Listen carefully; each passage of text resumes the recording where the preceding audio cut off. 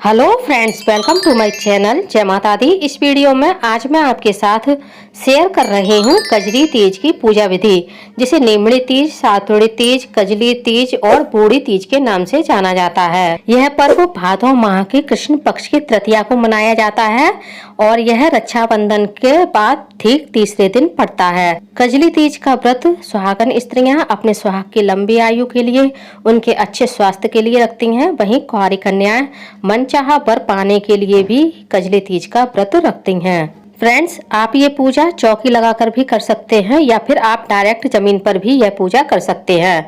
पूजा के लिए आपको इस तरह का एक तालाब लेना है जो मिट्टी का बना होना चाहिए। मैंने रेडीमेड मिट्टी का बना हुआ तालाब ले लिया है और साथ ही मैंने नीमड़ी माता भी बनाई है। यदि आप नीमड़ी माता ना बनाए तो शिव पार्वती की फोटो रख सकते हैं। और एक हमें चाहिए होती है नीम की टहनी। नीम के पेड़ की पूजा नहीं करनी होती है, हमें नीम की टहनी की ही पूजा करनी होती है। मैंने नीम की टहनी को मिट्टी के कलश में लगा लिया है। आप पानी वाले कलश में भी नीम की टहनी को लगा सकते हैं। साथ ही मैंने दीवार पर एक व्हाइट पेपर भी लगा लिया है जिस पर हम मेहंदी की, काजल की और सिंदूर की टिकिया रखेंगे ताकि हमारी दीवार खराब ना हो।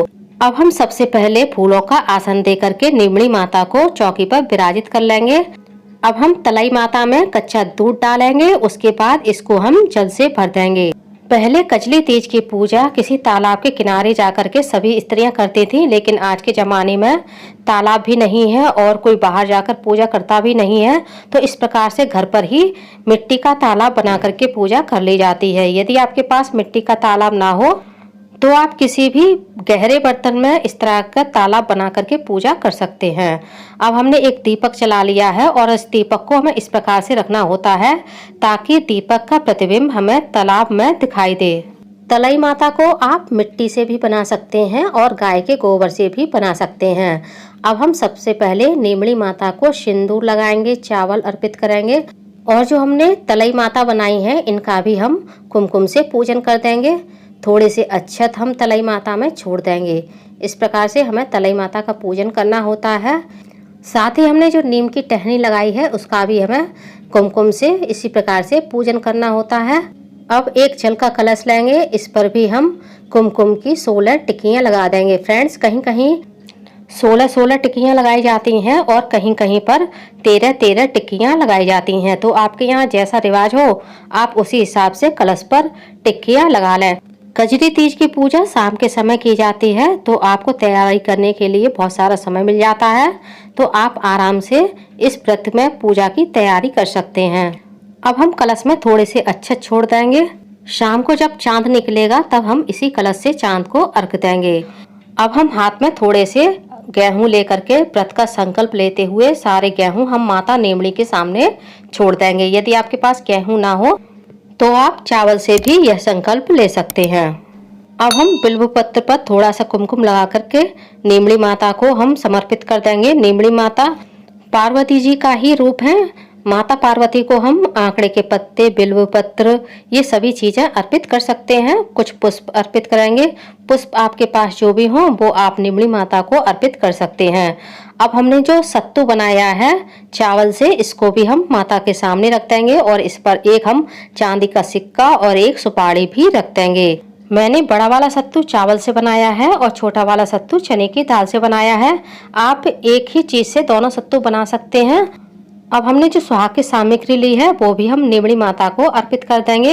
अब हमने जो व्हाइट पेपर दीवार पर लगाया है इस पर हम मौली के धागे से झूला लगाएंगे। यह झूला आप मेहंदी की सहायता से दीवार पर चिपका सकते हैं। इस प्रकार से मेहंदी लगा लीजिए और इस प्रकार से इस पर मौली चिपका दीजिए, बड़े ही आराम से चिपक जाती है।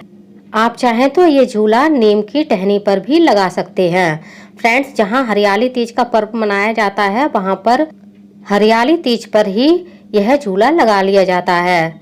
अब हम इस कागज पर 16 टिक्कियाँ सिंदूर की लगाएंगे और 16 टिक्कियाँ हम लगाएंगे मेहंदी की और 16 टिक्कियाँ हम लगाएंगे काजल की। कहीं कहीं पर ये टिक्कियाँ 13 लगाई जाती हैं और कहीं कहीं पर ये टिक्कियाँ 16 लगाई जाती हैं। तो आपके यहाँ जैसा रिवाज हो आप उस प्रकार से यह टिक्कियाँ लगा सकते हैं।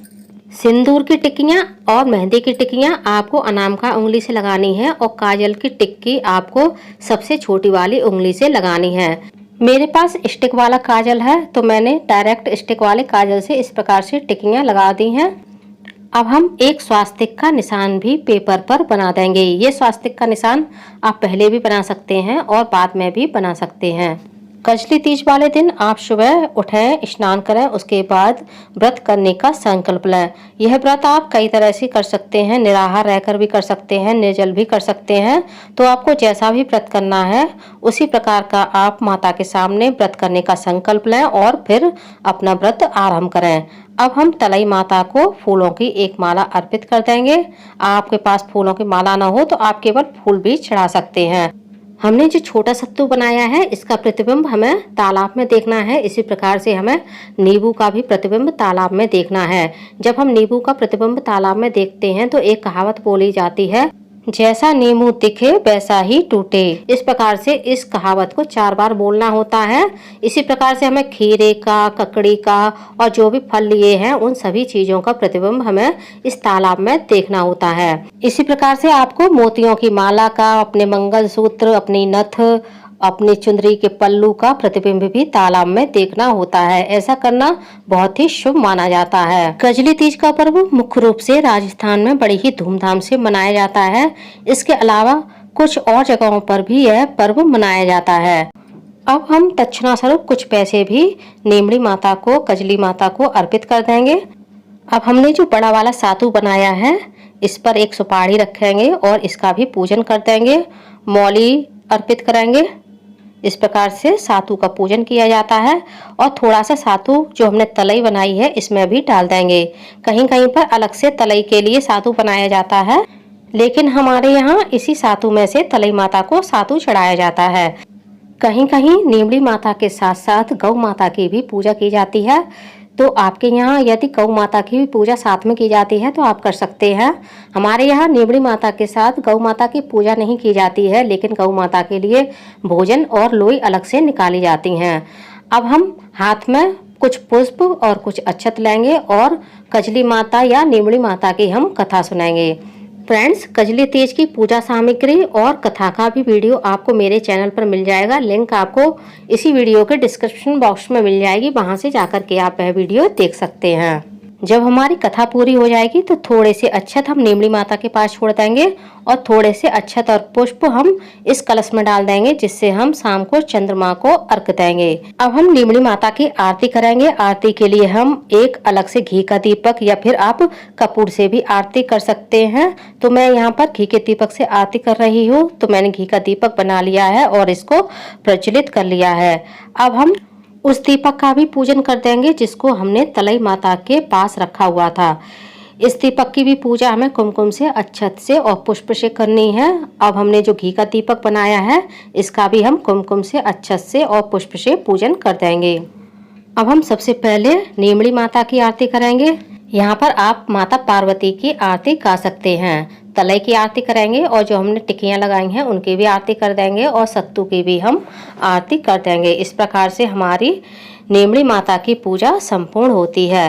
अब हम दीपक की अग्नि को शांत करेंगे और सबसे पहले हम माता रानी को आरती देंगे, फिर हम स्वयं आरती लेंगे और अपने परिवार के सभी सदस्यों को आरती देंगे और पूजा में हुई भूल चूक के लिए माता रानी से क्षमा याचना करेंगे। फ्रेंड्स, जो हमने बड़ा वाला सत्तू बनाया है इसे हम अपने परिवार के किसी पुरुष सदस्य से कटवा लेंगे। इसे कटवाना नहीं, बढ़ाना बोला जाता है। इस सातू को आपको इसी चांदी के सिक्के से बढ़ाना होता है, किसी चाकू से नहीं बढ़ाना होता है। छोटा वाला सातू आप व्रत खोलेंगे तब खाएंगे और बड़ा वाला सातू परिवार के सभी सदस्यों को प्रसाद के रूप में बांट दिया जाएगा। अब हमने जो नीम की टहनी ली है इस पर हम एक रक्षा सूत्र अपने पति की लंबी आयु के लिए बांधेंगे, पुष्प चढ़ाएंगे। अब हम नीमड़ी माता को सुहाग दान करेंगे। आप ये सुहाग दान माता रानी को 5 या 7 बार कर देंगे और जो सिंदूर हमारी उंगली पर लगा रह जाता है इसे हम अपनी मांग में लगा लेंगे। अब हम लेफ्ट हैंड से माता रानी से 3 बार सुहाग लेंगे और 2 बार अपना सुहाग हम माता रानी पर उधार छोड़ देंगे। तो फ्रेंड्स, आप लोगों को मेरा यह वीडियो कैसा लगा कमेंट्स करके जरूर बताइएगा। और यदि आप मेरे चैनल पूनम की आस्था पर पहली बार आए हैं तो प्लीज़ चैनल को सब्सक्राइब कर लीजिए, वीडियो को ज़्यादा से ज़्यादा लाइक कीजिए, शेयर कीजिए, साथ ही बेल आइकन को प्रेस कर दीजिए ताकि हमारे आने वाली सारी लेटेस्ट वीडियो की नोटिफिकेशन आप लोगों को टाइम से मिल सके। कमेंट्स बॉक्स में नीमड़ी माता की जय अवश्य लिखिएगा। धन्यवाद फ्रेंड्स। बोलिए नीमड़ी माता की जय, कजली माता की जय।